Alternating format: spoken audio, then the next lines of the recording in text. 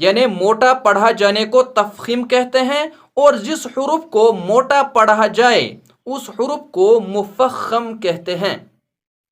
اس برقا میں یہ قاف مفخم ہے، کیوں؟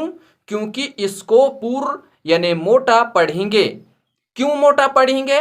کیونکہ یہ حروف مستعلیہ میں سے ایک حرف ہے۔ چوتھی ٹرم ہے ترقیق۔ دوستو، حروف الہجا میں سے کچھ حروف کو باریک یعنی پتلی آواز میں پڑھا جاتا ہے، جیسے حروف مستفلہ۔ حروف مستفلہ وہ حروف ہیں جو حروف مستعلیہ کے ساتھ حروف کو حروف الہجا سے نکال کر باقی رہ جاتے ہیں، جیسے الف، با، تا، ثا، جیم، حا، دال، ذال، را، زا، سین، شین، عین، فا، کاف، لام، میم، نون، واو، ہا، حمزہ اور یا۔ تو یہ جو حروف ہیں ان کو ہمیشہ پتلی آواز میں پڑھا جاتا ہے، سوائے را اور اللہ کے لام کو، جن کو کبھی پر اور کبھی باریک پڑھا جاتا ہے۔ اب را اور لام کو کب پر اور کب باریک پڑھا جاتا ہے، اس کے لیے ہمارا لیکچر نمبر 8 مستعلیہ ضرور دیکھیں۔ تو یہ جو باریک پڑھے جانے والے حروف ہیں ان کو مرقق کہتے ہیں، یعنی الف بھی مرقق ہے، با بھی مرقق ہے، تا بھی مرقق ہے۔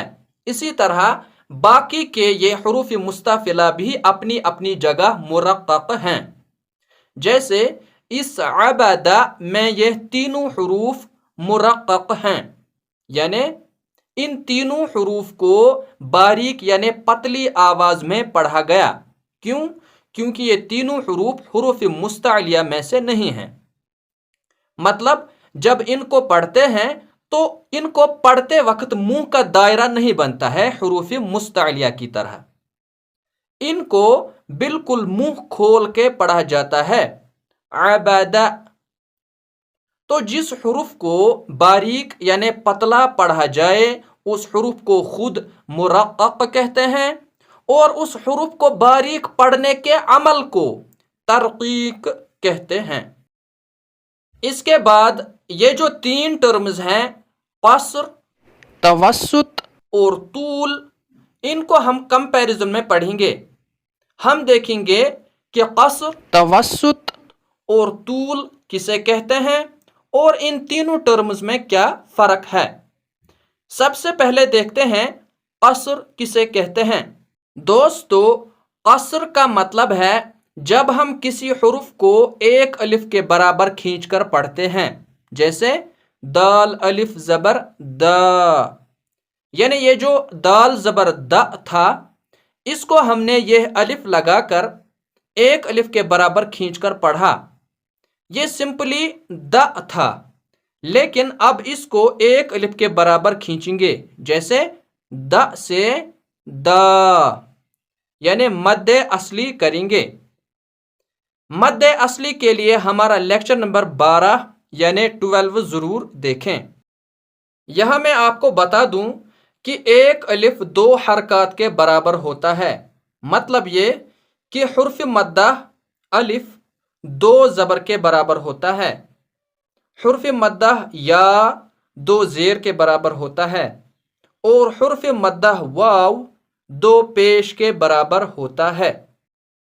دوستو، اب اگر اس دال زبر دا کو ہم 2 الف یعنی 4 حرکات کے برابر کھینچ کر پڑھیں گے تو پھر اس 2 الف کے برابر کھینچ کر پڑھنے کو توسط کہیں گے، جیسے دا۔